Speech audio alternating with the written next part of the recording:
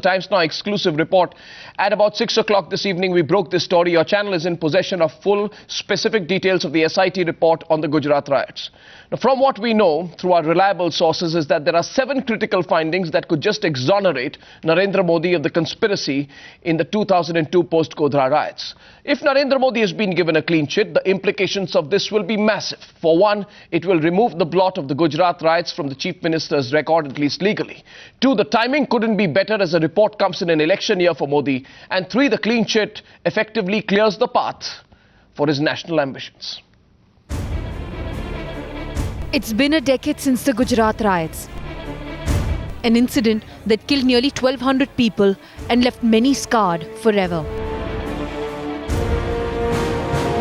Then Congress MP Ehsan Jafri, one of the 60 people who was brutally murdered at the Gulbarg Society.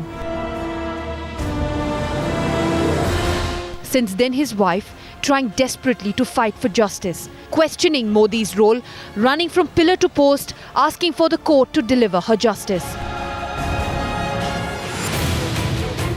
But for Zakia Jafri, this report gives a virtual clean chit to the man she wanted punished. Times Now is the only channel that has maximum and exclusive details of the SIT report in the Gujarat riots. There are 7 critical findings in the report. The first says there is no charge against the Chief Minister of conspiracy.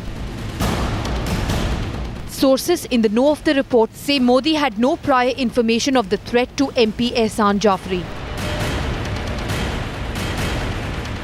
Sources also telling Times Now that the report says Modi took the appropriate steps to control the riots. These findings giving a virtual clean chit to the Gujarat Chief Minister.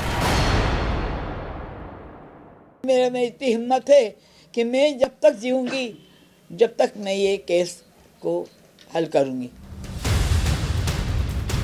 The details of the SIT report as per sources also indicating that the decision of bringing bodies to Ahmedabad from Godhra was correct, as most car sevaks were from Ahmedabad.